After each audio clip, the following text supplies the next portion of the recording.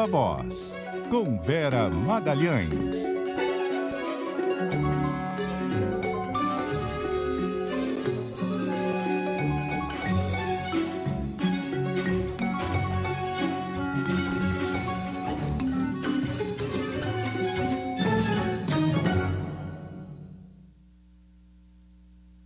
Boa noite. Boa noite, Bocardi. Eu te ouço com um leve delay, mas boa noite para você, para Carol e para todo mundo que nos ouve. Oi, Vera. Já vimos coisa pior, Vera Magalhães. Olha lá, tá no ritmo, o sorriso entra em cima. Só uma sensação sua, para quem tá te ouvindo não tá percebendo nada. Então tá bom. Pra gente abrir com essa história dos policiais, policiais rodoviários, policiais federais, essa situação aí que o presidente está colocado, para poder dar aumento, né, para a turma. Daí recebi uma mensagem um pouquinho antes aqui sobre este assunto. O DDD 43. Deixa eu ver aqui se tem o nome aqui. É o Paulo. Ele diz que é policial rodoviário federal. E está dizendo que os policiais estão bravos, viu? Os policiais da União, ele diz até, estão bravos. Porque não houve o cumprimento de promessa. O que nós queremos é salário. Não adianta chamar mais gente para concurso, porque a gente já perdeu muito financeiramente com este governo, ele fala. Diz que ele, inclusive, ele fala que ele e muitos colegas votaram no presidente Bolsonaro, inclusive, e estão se sentindo traídos com os 5%. Exatamente, Bocardi. O presidente Jair Bolsonaro, numa daquelas falas dele com apoiadores na frente do Palácio da Alvorada, demonstrou preocupação com essa reação que é bem intensa dos policiais federais, dos policiais rodoviários federais e outros da área de segurança com o descumprimento de uma promessa. O nosso ouvinte está correto. Bolsonaro tinha se comprometido com uma recomposição salarial dos policiais federais e das outras carreiras correlatas. E ele acenou no orçamento com a reserva de um recurso para fazer essa reposição salarial. O que pedem, né, os policiais federais e os policiais rodoviários? Um plano de carreira e uma recomposição que iria de 16% a 20% nos salários. O Bolsonaro acenou com isso, mas houve um descontentamento enorme nas demais carreiras de Estado, nas demais carreiras federais, e o que o governo acabou decidindo foi um aumento linear de 5% para todos os servidores federais. Desagradou gregos e troianos. E aí, agora segue um impasse, nem esses 5% foram dados até agora, e o presidente teve uma brilhante ideia nessa conversa com os apoiadores. Olha, eu vou ligar agora para o ministro da Justiça, Anderson Torres, e mandar ele chamar mais gente para os concursos. Tem concursos já realizados para policiais federais e policiais rodoviários, e aí, em vez de se chamar 500, chamaria 1.000.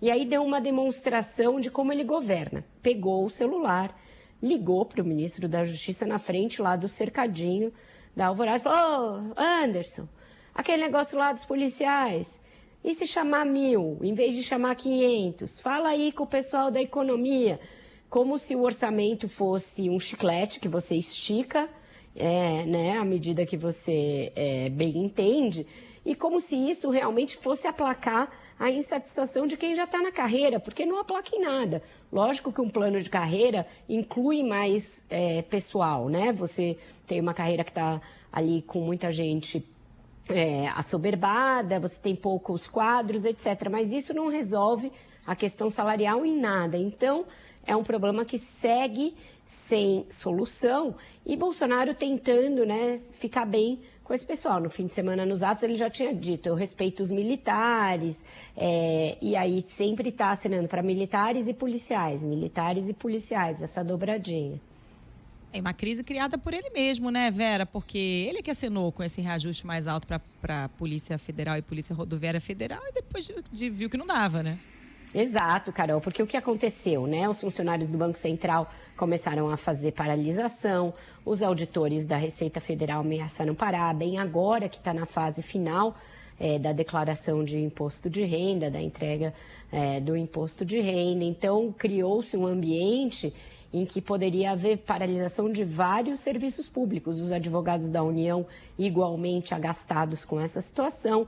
E aí ele voltou ali a conversar com o pessoal da área econômica, que deu essa saída padrão de um reajuste de 5% linear, e não agradou ninguém, porque 5% não cobre nem a inflação desses anos que as categorias estão sem reajuste. Paulo Guedes vinha se regozijando ali, falando como um grande feito o fato de ter conseguido ficar todos esses anos sem dar reajuste a servidores. Pelo plano dele, permaneceria até o fim do governo. A reforma administrativa que ele propôs é justamente para não ter mais reajustes, você criar ali uma situação em que não tenha reajustes a cada, por exemplo, inflação, não tem essa reposição automática. Então, é um beco sem saída, nenhuma das saídas apresentadas até agora agrada os servidores e não vai agradar aos policiais rodoviários e policiais federais. Isso vai fazer com que eles automaticamente migrem para o apoio ao Lula? Não, dificilmente. É uma base muito bolsonarista, isso está enraizado lá. Mas cria problemas, cria protestos num momento em que o presidente quer mostrar que ele está crescendo, que ele está recuperando aí a sua intenção de votos, então não é algo bom para ele nesse atual momento da campanha. Só antes da gente abordar a questão ainda dos policiais, mas já trazendo para a conversa o ex-presidente Lula, a Cássia Caboclo de São Paulo. É bom que os policiais fiquem bravos mesmo, porque para eles verem na pele a situação dos professores, e por aí vai, né? Você falou servidores de um modo geral, mas espalhado país afora, então a situação é bem essa. Agora, os policiais aí de olho a turma de olho no voto dos policiais, né? Tanto Bolsonaro e Lula, que Lula teve que dar um recuo e Bolsonaro faturou, né, em cima disso. Faturou porque o Lula fez uma frase realmente desastrosa e incompreensível, porque para criticar o Bolsonaro, ele acabou criticando toda a categoria dos policiais. Diz que Bolsonaro não gosta de gente, só gosta de policiais, como se houvesse uma oposição possível entre policiais e gente. Como tudo é monitorado, tudo que os candidatos falam, todas as suas ações, tudo isso está sendo monitorado pelas equipes das outras campanhas, Bocardi. Isso virou meme, foi recorte, foi parar nas redes sociais. Os bolsonaristas todos faturaram em cima disso e o ex-presidente Lula teve de usar o ato de ontem das centrais sindicais aqui em São Paulo para corrigir essa fala de fato injustificável e absurda. E aí ele disse que se expressou mal, que os policiais são responsáveis por garantir a segurança dos trabalhadores, etc. Fez lá um afago à categoria dos policiais. Lembrando que as outras carreiras das polícias, né, que não a federal, as polícias civis e as polícias militares, que são subordinadas aos governos estaduais, também são ali celeiros de bolsonaristas, vêm sendo cevadas pelo bolsonarismo ao longo dos últimos 4 anos, com cursos, com infiltração de policiais em cargos políticos, e isso acaba tendo ali uma via de mão dupla, porque uns influenciam os outros. Então, as polícias militares e civis são, hoje em dia, francamente bolsonaristas. Então, um tiro do pé muito grande do Lula, que ele teve de corrigir logo e que, sim, foi faturado pelo bolsonarismo com aí pé nas costas. Aliás, os atos desse 1º de maio foram bem esvaziados, né, Vera? A gente sempre tem, tradicionalmente, os atos das centrais sindicais. Dessa vez teve ato também dos bolsonaristas e com um discurso golpista para variar.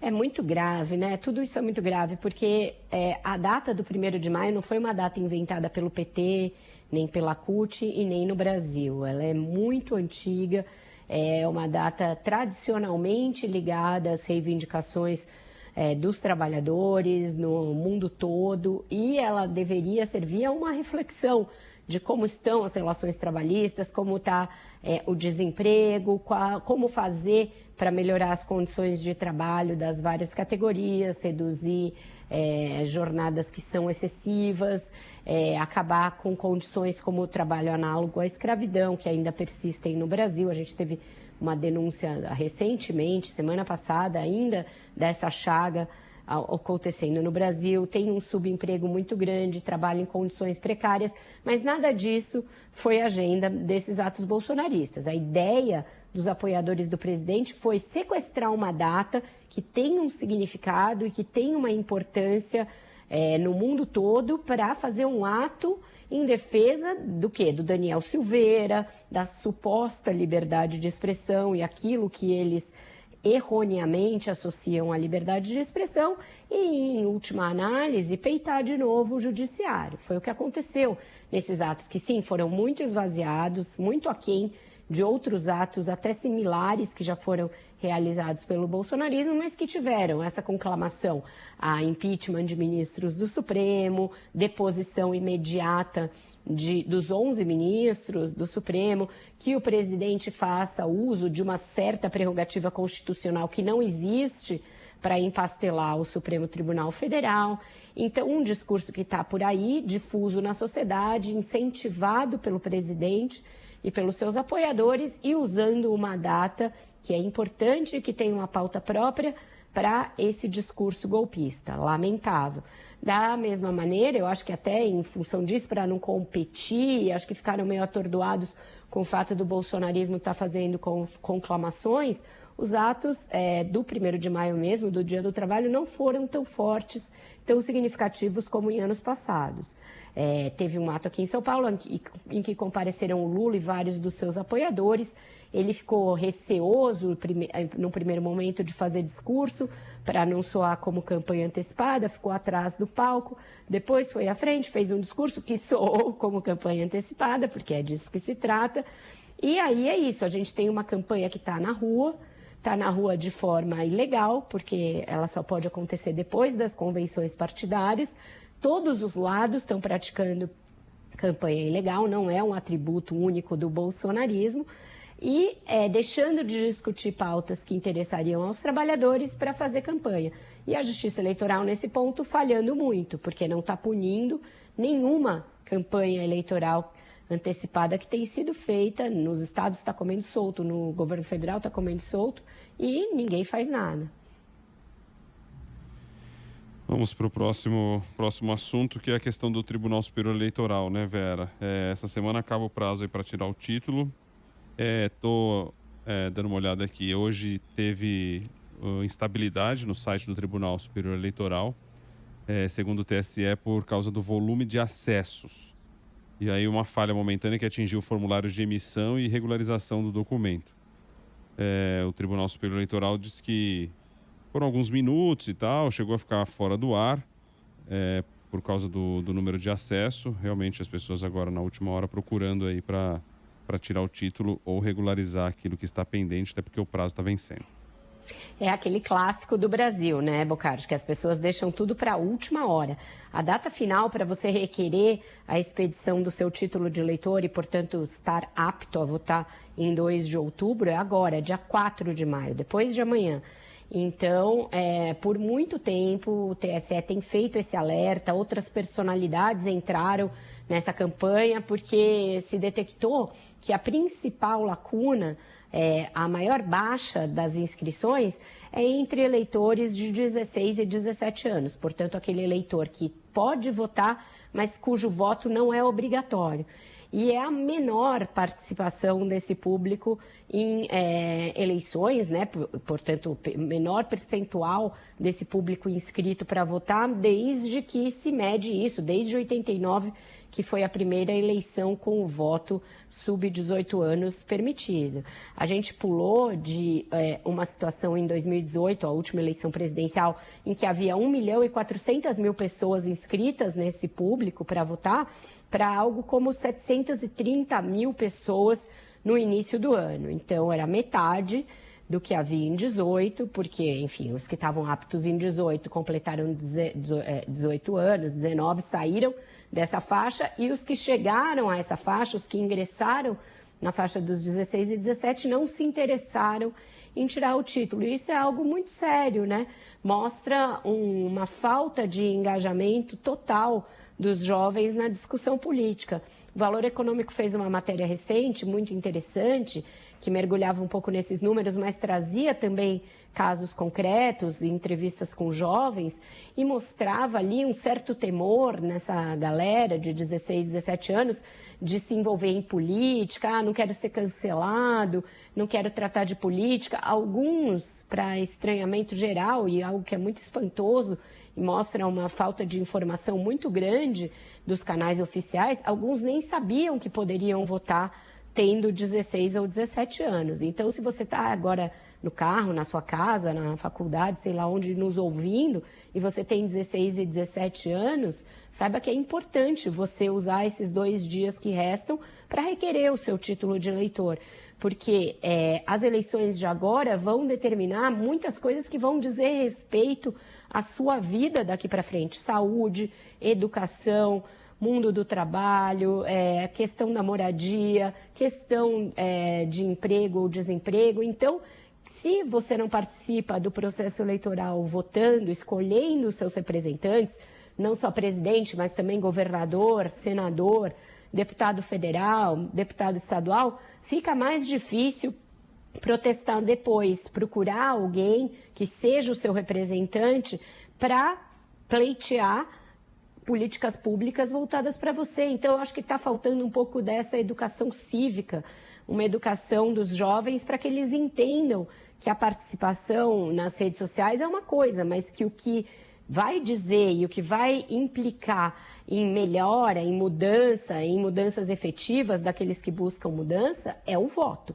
É só por meio do voto que se consegue mudar alguma coisa. Então, tem 2 dias, não vamos chegar ao número de 18, isso é estatisticamente muito difícil, porque você teria que ter quase o dobro do que já se inscrevendo em poucos dias, mas a gente pode tirar um pouco dessa lacuna que é vergonhosa e que nos coloca numa situação que ocorre em outros países também, em que os jovens têm o seu destino definido por pessoas mais velhas. Foi o que aconteceu no Brexit, por exemplo.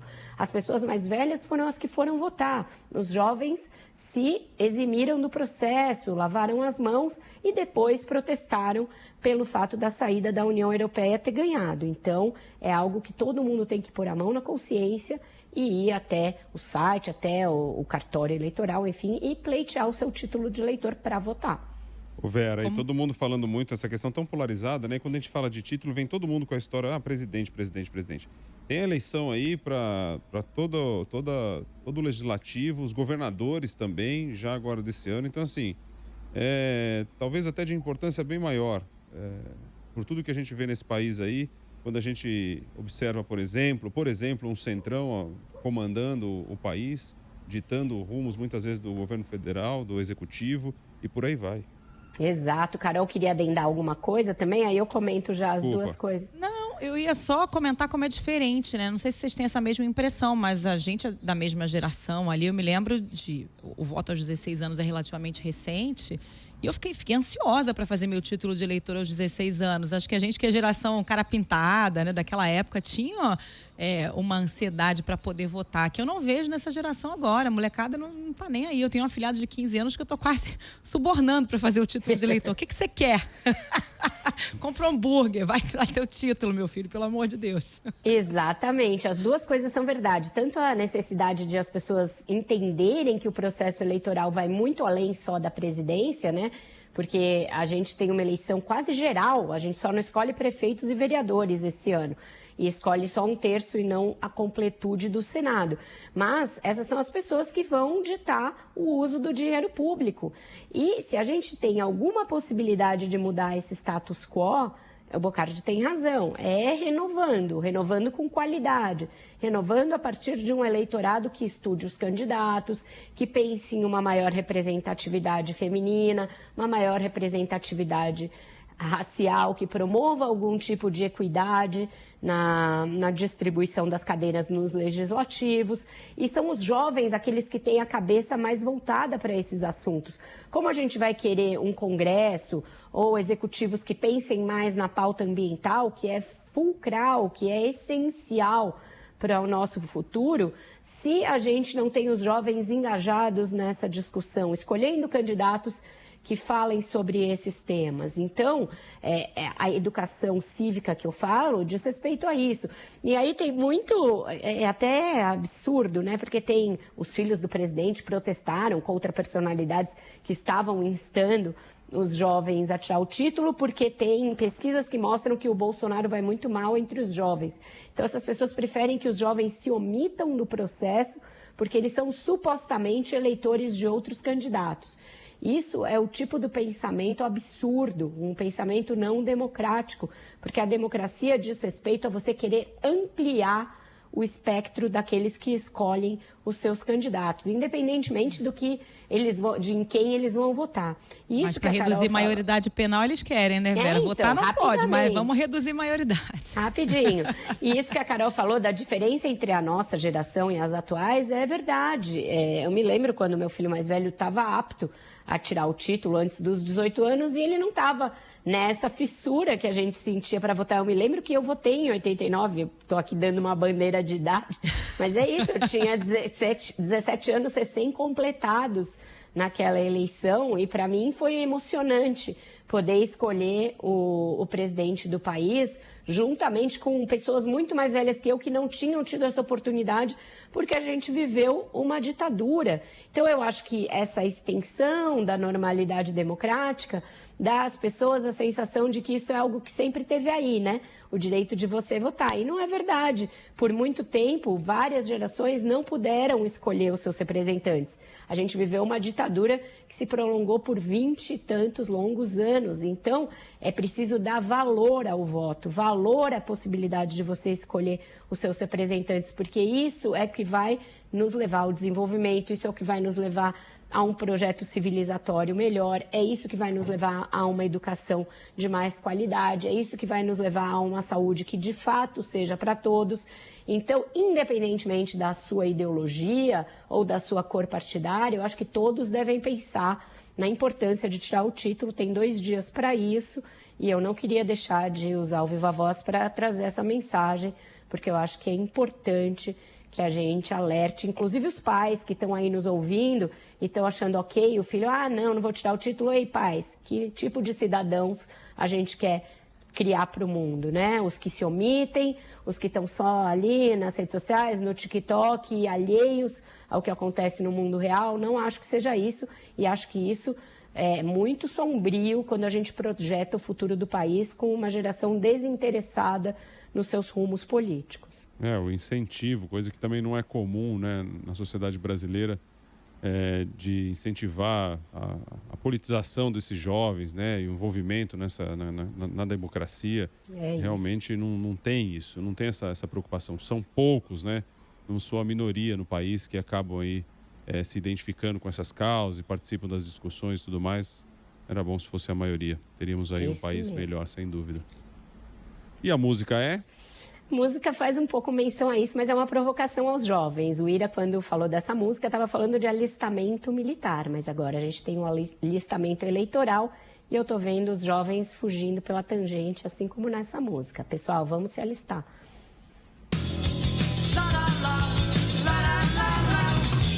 Eu tentei fugir, não queria me alistar. Eu quero lutar, mas não com essa farda. Eu tentei fugir, não queria me alistar. Eu quero lutar, mas não com essa farda. Quero lutar, mas não com essa arma, né? Lutar com esse título é bem melhor do que lutar com farda e com arma, para quem não gosta de farda e arma. E já está ficando tarde. Valeu, Vera Magalhães, Viva Voz, boa noite, boa semana. Para vocês também, até amanhã, pessoal. Beijo, Vera, tchau, tchau. Tchau, tchau.